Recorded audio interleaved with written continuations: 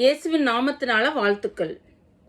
மனிதன் அநேக வேளைகளில் பல தேவைகளின் மத்தியில் கடந்து போகிறான். இக்கட்டான நிலைமைகள், உதவி ஒத்தாசை செய்வார் யாருமே இல்லை. அப்படிப்பட்ட ஒரு இக்கட்டான நிலைமைக்குள்ள நம்ம கடந்து போய் கொண்டிருக்கலாம். வியாதியில், வேலை ஸ்தலங்களில், இன்னும் பல்வேறு பிரச்சனைகளில் நமக்கு யாருமே இல்லாத ஒரு சிச்சுவேஷன். உதவி செய்வார் யாரும் இல்லை. வேதம் இதற்கு நம்மளுக்கு ஒரு வழிகாட்டியாக ஒரு காரியத்தை சொல்லி கொடுக்குது.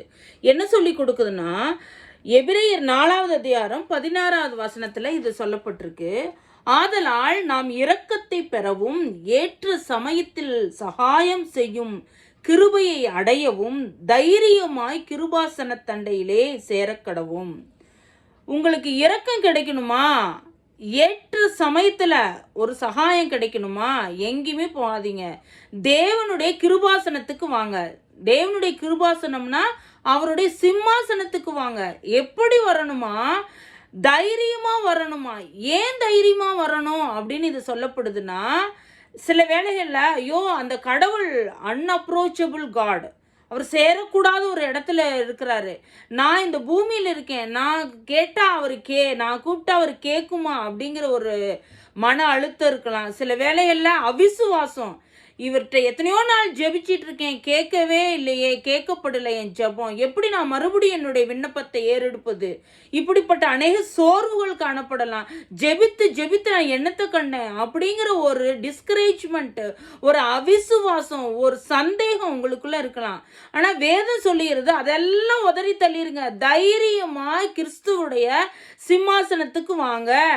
உங்களுக்கு உதவி ஒத்தாசை கிடைக்கும், இரக்கம் கிடைக்கும் அப்படின்னு வேதம் சொல்லுது. எஸ்தர் ராஜாத்தி அவங்க இருந்த காலகட்டத்தில் யூத மக்களை முழுவதுமாக அழிக்கும்படியாக ஒரு சட்டம் பிறந்தது.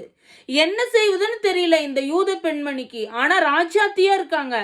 ராஜாவாகிய அகாஸ்வேரு அவருடைய பர்மிஷன் இல்லாமல் இந்த ராஜாத்தி அங்கே போனால் கூட அவங்க சிறைச்சேதம் பண்ணப்படுவாங்க.